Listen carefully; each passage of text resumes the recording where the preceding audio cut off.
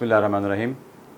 निज़ाम TV पे मैं हूं आपका मेज़बान प्रोफेसर बाबर बिन दिलावर और आज हमारे मेहमान हैं सिविल मिलिट्री रिलेशन के माहिर, खारजा पॉलिसी पर अच्छी बात करने वाले और दुनिया को हिंदुस्तान का असली चेहरा दिखाने वाले जनाब डॉक्टर मोहम्मद सलीम।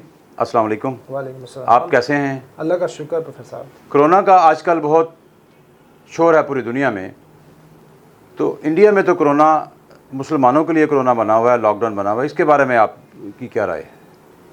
देखें, ये बात रोज़ रोशन की तरह आया है कि ना ही तो कोरोना हिंदुस्तान से शुरू हुआ ना पाकिस्तान से, बल्कि कोरोना किसी और जगह से शुरू हुआ, चल के ये अमेरिका और पूरी दुनिया में फैल गया। जी जी। और हिंदुस्तान में भी आया ये कोरोना, पाकिस्तान में भी आया। अभी ये जो हिंदुस्तान के जो हार्ड लाइनर्स हैं वो मुसलमानों को और हिंदुस्तान की जो तबलीगी जमात है उसको ये पॉइंट आउट करके कहते हैं कि ये कोरोना मुसलमान है, ये कोरोना मुसलमानों की वजह से आया, इन तबलीगी जमात वालों की वजह से आया। वो उसके साथ उनका अपना पिछला बैर है मुसलमानों के ख़िलाफ़। आप देखें पूरे हिंदुस्तान में इसके अलावा भी जो सिविल अमेंडमेंट एक्ट था चल रहा, सिटीज़नशिप जो एक्ट था हिंदुस्तान में, उसकी वजह से जो आरएसएस और बीजेपी के जितने हार्डलाइनर्स थे वो तो मुसलमानों, हिंदुस्तानी मुसलमानों के वैसे ख़िलाफ़ थे। और कोरोना ने तो इस सिचुएशन में क्या कहते हैं कि जलती पे तेल का काम किया है। डॉक्टर साहब आपकी बात बिल्कुल ठीक है। आप देखें वहाँ पर मुसलमान हजाम हैं तो उनसे हिंदुत्व और मुतअस्सिब हिंदू बाल नहीं कटवा रहे, मुसलमान से फल नहीं ले रहे, मुसलमान से खाने पीने की रेहड़ियाँ जो है उनको कहा बंद कर दें। तो आपकी बात बिल्कुल ठीक है कि ये एक तरह से कोरोना जो है वो मुसलमान कोरोना वहाँ पर मशहूर हो गया और मुसलमान बहुत ज़्यादती का शिकार हो रहे हैं। तो इसके बारे में आपका क्या ख्याल है कि आइंदा क्या होगा इसके बारे में? आइंदा ये होगा कि हिंदुस्तान एक इन बहुत बड़े क्या कहते हैं कि एक तसादम की तरफ बढ़ रहा है।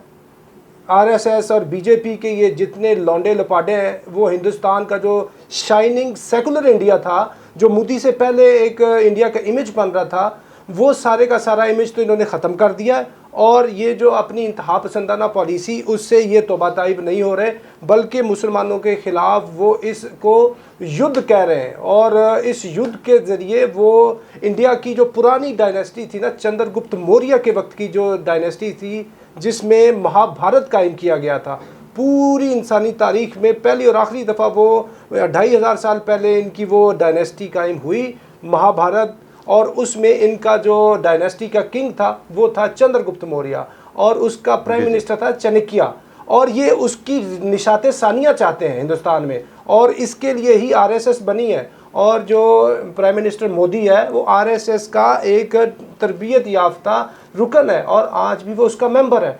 और ये चाहते, वो ये कहते हैं मुसलमानों को, आप उठा के देख लें, पुरानी तारीख की किताबें उठा के देख लें, मुसलमानों के लिए वो मलीछा लफ्ज़ इस्तेमाल करते हैं कि ये नापाक है। और वो कहते हैं कि हिंदुस्तान की जो धरती है ये पाक ही तब होगी जब मुसलमानों को इधर से निकालेंगे।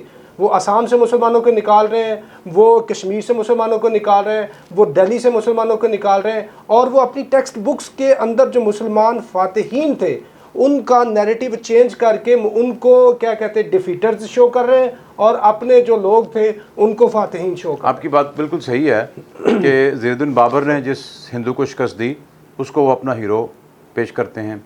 वो तमाम लोग जिन्हें मुसलमान फातिहीन ने यहाँ शिकस्त दी वो उनको अपना हीरो और मुसलमान फातिहीन को गासिब और डाकू और लुटेरे बताते हैं। और अफसोस की ये बात है कि यहाँ पाकिस्तान में भी इवन मोहम्मद बिन कासिम का पिछले दिनों दिन मनाया गया तो उनके ख़िलाफ़ भी बड़ी बातें पहली दफ़ा ओपनली हुई और राजा दहर के फेवर में बड़ी ट्वीट्स भी आई हैं। तो इसके बारे में क्या ख्याल है कि ये क्या इंडिया की बैकअप तो नहीं कहीं हो रही यहाँ पे? ये इस तरह के डॉक्टर साहब एलिमेंट्स मौजूद रहते हैं। मैं तो कहता हूँ ठीक है, लोगों को आप स्टेनले वॉलपुट की हिस्ट्री उठा के देख लें, हिस्ट्री ऑफ मिडिवल इंडिया उठा के देख लें, एस.एम. इकराम की देख लें, तारीख़ फ़रिश्ता, तो इस हिंदुस्तानी तारीख पे जितनी जुमला कुतुब तारीख़ की वो उठा के देख लें।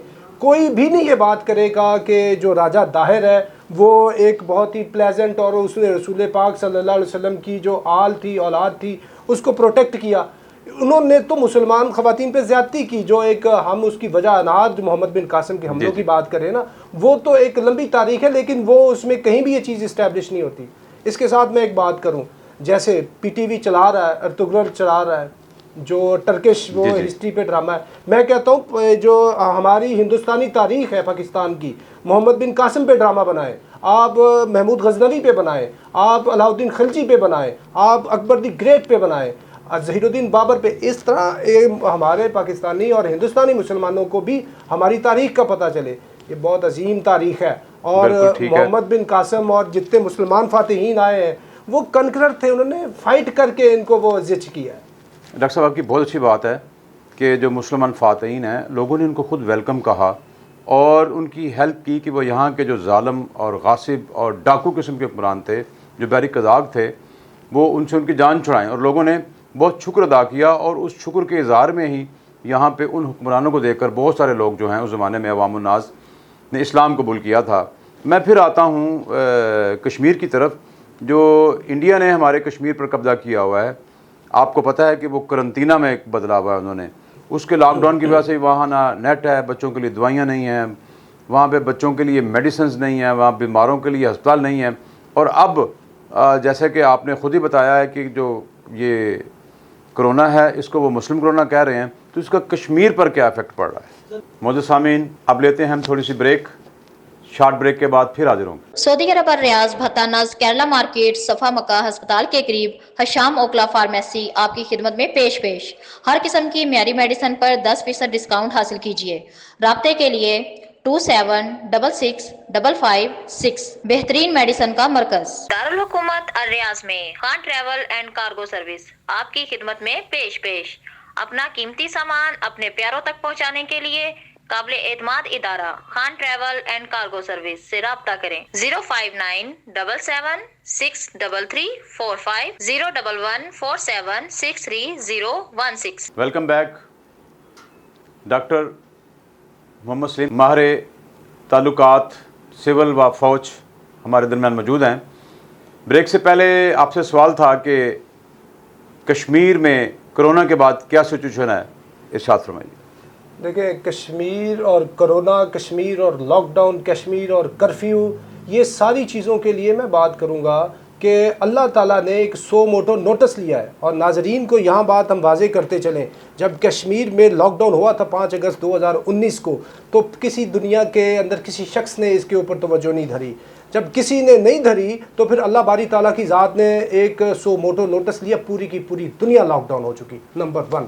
नंबर 2 ये कि इसका पाकिस्तान की मौजूदा सूरत हाल के साथ क्या ताल्लुक़ है। इसमें हम अपने नाजरीन को ये वाज़े करते चलें कि ये कश्मीर के अंदर हिंदुस्तान जिस तरह की मूवमेंट्स कर रहा है बेंगलोर से, और जो सेंट्रल इंडिया की इसकी जो बटालियंस हैं उनको ट्रुप्स को मूव करा के कश्मीर के अंदर दोबारा लेके आ रहा है, तो उससे डॉक्टर साहब इसका सिर्फ़ और सिर्फ एक मकसद है कि इसने पाकिस्तान के ऊपर हमला करना है। और उसकी तैयारी ही ये है। हमला क्यों करना है? उसकी एक वजह यह कि हिंदुस्तान के अंदर जो क़यामत सुगरा बर्पा हुई है, जो मुसलमानों के ख़िलाफ़ इसने एक बीजेपी गवर्नमेंट ने सिटीज़न अमेंडमेंट एक्ट वो लेके आए हैं। सिविल सोसाइटी हिंदुस्तान के लिबरल्स, उनके सेकुलर और मुस्लिम्स और उनके अनटचेबल्स, दलित्स, वो सारे के सारे इसके ख़िलाफ़ हैं। एक तो उस पर पर्दा डालने के लिए ये कश्मीर को गर्म कर रहा है। दूसरा, जो अभी नंदन जो 27 फरवरी 2019 का वाक़या था, वो शिकस्त इनको नहीं भूल रही। एक तो वो वजह ये कश्मीर को एक्टिवेट करना चाह रहा है। तीसरी वजह यह है कि पूरे को पूरा रीजन गर्म हो रहा है। जो अमेरिकन हैं वो ग्वाम, जो उनका एक आइलैंड है, उसके अंदर अपने ट्रुप्स लेके आए हैं। उसने जिबूती से लेके नीचे ये इंडियन ओशन तक सारे का सारा जो चाइना को कवर करता है एरिया ना, इधर अपने ट्रुप्स ला के वो बिठा रहा है। यानी पूरी की पूरी एक इंटरनेशनल गेम हो रही है। आपकी बात बहुत गहरी है कि क्या वो पुरानी अखंड और महाभारत का ख्वाब इंडिया देख रहा है, और क्या अमेरिका जो बार बार चाइना पर इल्ज़ाम लगा रहा है कि चाइना ने ही कोरोना को फैलाया है, क्या ये कहीं तीसरी जंग अजीम की तैयारियां तो नहीं हैं? डॉक्टर साहब, तैयारियां नहीं, तीसरी जंग अजीम ने दस्तक दे दिए हैं। और देखें, ये 3-4 दिन पहले जो अमेरिकन प्रेसिडेंट ट्रंप ने रशियन प्रेसिडेंट पुतिन से बात की है, जो स्ट्रेटेजिक आर्म्स रिडक्शन ट्रीटी थी अमेरिका और रशिया के दरमियान, उसने पुतिन ने कहा है कि आप बात करें इस चाइनीज़ जो प्रेसिडेंट है कि इसको वो एडहेयर करें। लेकिन चाइनीज़ प्रेसिडेंट शी जिनपिंग ने कहा है कि हम जो है ना, we are going to make 100 100 nuclear bombs at the first state, then we will make 1000 nuclear bombs. यानी ये जंग शुरू हो चुकी है चाइना और अमेरिका के दरमियान। ये बहाना बन रहा है कोरोना वायरस, और इसमें कश्मीर का क्या ताल्लुक है? कश्मीर का ये ताल्लुक है कि हिंदुस्तान ने भी तो पार्टिसिपेट करना है ना, हिंदुस्तान ने भी तो चाइना के खिलाफ महाज खोलना अमेरिका के कहने पे, तो इसलिए हिंदुस्तान भी चाहता है अपना हिस्सा डालना। और हिंदुस्तान के जो पेट में मरोड़ उठ रहे हैं ना, सबसे ज़्यादा उसको मसला है सी पैक से। सी पैक जाता है गिलगित बल्तिस्तान और कश्मीर वाले एरिया से। जी बिल्कुल सही। तो वो ये चाह रहा है कि वो ये इस चीज़ को अनडू कर दे सी पैक को, इसलिए भी वो कश्मीर को एक्टिवेट करेगा। क्या ये इसी सिलसिले में तो कहीं आजकल अपने मैप्स पे गिलगित बल्तिस्तान का टेम्परेचर वगैरह दर्जा तो नहीं दिखा रहा? ये दिखाते रहे, ये पहले भी दिखाते रहे। ये तो बलूचिस्तान को 2014 में पाकिस्तान से अलहदा करके मुल्क बना दिखाते रहे, मैप्स में शो करते हैं। वो कहते हैं ना, हज़ारों ख्वाहिशें ऐसी कि हर ख्वाहिश पे दम निकले, बहुत निकले मेरे अरमा लेकिन फिर भी कम निकले। तो लाजमी नहीं कि बंदे की हर ख्वाहिश पूरी हो जाए। हिंदुस्तान की बड़ी ख्वाहिशें हैं, इसने पाकिस्तान को वो जो 1971 वाली एपिसोड है वही हम नहीं भूल रहे।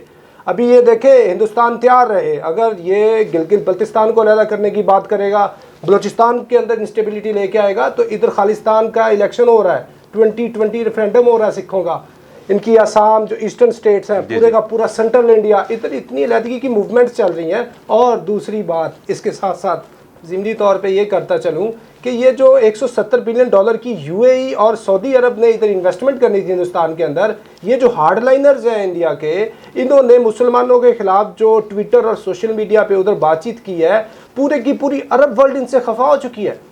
जो उनकी शहज़ादी है हिंदुल कसीमी, उसने ये बात की है कि जो बंदा इधर यूएई के अंदर इस तरह की हेट फैलाएगा उसको we will kick him out from UAE. और हम इसके ऊपर बहुत ज़्यादा अपनी क्या कहते हैं कि सोच विचार कर रहे हैं, और इससे इसने पूरे के पूरे अरब वर्ल्ड को नाराज़ कर दिया। और इसके अलावा आप देखें रजब तैयब अर्दगान और Khamenei supreme commander of Iran, इन्होंने भी बात की है कि ये जो मुसलमानों के साथ ज़्यादती हो रही है हिंदुस्तान के अंदर, इसके ऊपर इंडियन गवर्नमेंट को नज़रसानी करनी चाहिए। बजाय नज़रसानी करने के वो तो कश्मीर में आके पाकिस्तान पे चढ़ दौड़ने की वो सोच रहा है। तो वो क्या ये समझ रहा है कि वो ये कर लेगा? वो अभी लंदन भूल गया है। तो ये पाकिस्तान की फ़ौज वैसे ही तैयार बैठी है, और अल्लाह का शुक्र है फ़ौज के पास इस तरह इस सिचुएशन में वो जो टैक्टिकल न्यूक्लियर वेपन्स पड़े हुए हैं ना, वो हिंदुस्तान के पास मौजूद नहीं है। ये जिस भी सिचुएशन में आएंगे इनको नुकसान पहुंचेगा। और कश्मीर, इसके साथ हम और एक बात वाजे करते चले कि अभिनंदन के वाक़े से लेकर अभी तक पाकिस्तान की फ़ौज ने और हुकूमत ने बहुत कोशिश की है कि जंग ना हो, एक इंटेंगलमेंट और कॉन्फ्रंटेशन की तरफ ये खित्ता ना जाए कि न्यूक्लियर फ्लैश पॉइंट है कश्मीर, लेकिन हिंदुस्तान नहीं रुका। बाज नहीं आ रहा। लेकिन बाज इसलिए नहीं आ रहा, जो इंतकाम होता है ना प्रोफेसर साहब, ये होती है revenge is a wild kind of justice. जब आप इसको नरिश करते हैं तो उससे कोई गुलाब के फूल नहीं खिलते, उससे कांटे आते हैं, उससे तबाही बर्बादी आती है। और हिंदुस्तान उसकी तरफ बढ़ रहा है। अगर वो बढ़ रहा है तो ये पाकिस्तान की मसल्ला अफवाज है। हमने दहशतगर्दी की जंग से कामयाबी से हम बाहर आए और अल्लाह का शुक्र है हमने मनवाया है। तो ये इधर भी चीज़ें न्यूक्लियर वेपन्स पड़े हुए हैं। तो ये कश्मीर में ये जो एक मिस एडवेंचर करने चाह रहा है इंडिया, इसका ना खित्ते को फ़ायदा होगा ना ही दुनिया को फ़ायदा होगा। सो हिंदुस्तान को चाहिए कि ये होश के नाखून ले, क्योंकि हिंदुस्तान के अंदर भी जितनी मॉडरेट, लिबरल और इनलाइटेड वॉइसेस हैं वो बात कर रही हैं कि बीजेपी जो है वो हिंदुस्तान को बहरे हिंद में डुबोने आई है, ना कि ये जो शाइनिंग इंडिया था ना, जो मुंबई की बॉलीवुड इंडस्ट्री थी, जो शाइनिंग इंडिया फैल रहा था, वो तो बिल्कुल ऐसे ही तहत-ओ-सरा में चले गया। अभी इंडिया बढ़ रहा है तबाही की तरफ। और तबाही देखें आप कितनी दफ़ा देखते हैं, जो गाँव आता है उसके स्लॉटर के ऊपर कितने ज़्यादा मुसलमानों को इन्होंने कत्ल किया है, कितनी लिंचिंग्स के वाक़यात हो रहे हैं कश्मीर के अंदर। खाली कश्मीर के अंदर प्रोफेसर साहब 10,000 हमारी जो मुसलमान बहनें उनके रेप हुए। कितनी ज़्यादा उधर ज्यादती हो रही है। किधर सोई हुई है इंटरनेशनल कम्युनिटी, किधर सोई हुई है? मैं ये कहता हूँ अभी पाकिस्तान को कोई ना कोई स्टैंड लेना होगा। अगर नहीं लेंगे, देखें जो अरब वर्ल्ड थी उन्होंने पैलेस्टीनियंस के ऊपर स्टैंड नहीं लिया, पूरे के पूरे अरबों को इजराइल ने रौंद दिया और आज भी वो उसके बाज गुजार है। कोई अरब मुल्क, जॉर्डन हो, सीरिया हो, इजिप्ट हो और जितने भी अरब Even मुल्क हैं, इवन सऊदी अरब की क्या हैसियत रह गई है जब उस दिन ट्रंप ने प्रिंस मोहम्मद को ये बात की है कि अगर आप रशिया के साथ तेल को सेटल नहीं करते तो हम आपको टफ टाइम देंगे। ठीक है, तो अभी सऊदीया को भी मालूम हो गया है कि स्ट्रेटेजिकली अगर हमारी सिक्योरिटी किसी ने करनी है तो वो पाकिस्तान है, बिल्कुल ठीक, अमेरिका नहीं है। सो पाकिस्तान की एक इंतहाई अहमियत वो हो रही है। इसमें आखिरी बात मैं ये करता चलूँ कि जैसे एक वक्त था रसूल पाक सल्लल्लाहु अलैहि वसल्लम और उसके बाद वो खैरुल कुरूने करनी का वक्त था, वो हुजूर का वक्त था, बाद में उमवी दौर आया है, बाद में क्या कहते हैं कि अब्बासी दौर आया, उसके बाद तुर्कों का दौर आया। अभी ये जो आखिरी दौर है ना, ये इस पाकिस्तान का दौर है। इंशाल्लाह अज़ीज़ अल्लाह ने पाकिस्तान को फतह देनी है, एक लीडरशिप देनी है और इसमें पाकिस्तान नहीं चाहता। पाकिस्तान ने पूरा ये 1.5 साल मुकम्मल रेस्ट्रेंट शो की है, मुकम्मल। आप किसी जगह पे कश्मीर को हाईलाइट नहीं देखते पाकिस्तान में। सारी जिहादी तंजीमें बंद है, जिहाद के ऊपर बात बंद है, कोई कश्मीर के ऊपर बातचीत नहीं हो रही। लेकिन बावजूद इसके फिर भी इंडिया बाज नहीं आ रहा। तो फिर इंडिया बाज नहीं आ रहा तो पाकिस्तान को जो एक चैंपियन बनाना है ना, उसमें इंडिया का बराह रास्त किरदार होगा। इंडिया ने अपने नेगेटिव कामों से खुद पाकिस्तान को फ्लोरिश और नॉरिश कर दिया है। और मुझे आपकी बातों से बात याद आई, वो बात है प्यारे नबी सल्लल्लाहु अलैहि वसल्लम की कि मुझे मशरिक़ की तरफ से खुशबू आती है। तो मदीना और मक्का से जो मशरिक़ है वो पाकिस्तान ही है। इंशाअल्लाह डॉक्टर साहब आपकी दुआ से पाकिस्तान जो है वो दुनिया को लीड करने जाएगा इंशाअल्लाह। आपका बहुत बहुत शुक्रिया। आइंदा फिर मिलेंगे हम किसी मौजूद शख्सियत के साथ अपने प्रोग्राम में। अल्लाह हाफिज़। Yunus Mobile, wholesale dealer, all mobile brands available. 25 years of trust. Address 29 Main Hall Road, Lahore. Phone 042 372 44485. Base Gulberg, Lahore. Phone 0423 575 6613 and 14. Commerce और टेक्निकल बुक्स के बानी अजीम ग्रुप ऑफ पब्लिकेशंस 1988 से कायम शुदा पाकिस्तान और दुनिया के मुख्तलिफ ममालिक में अजीम ग्रुप की किताबें टेक्स्ट बुक के तौर पर पढ़ाई जाती हैं। उर्दू बाजार लाहौर। Phone number 924237231448।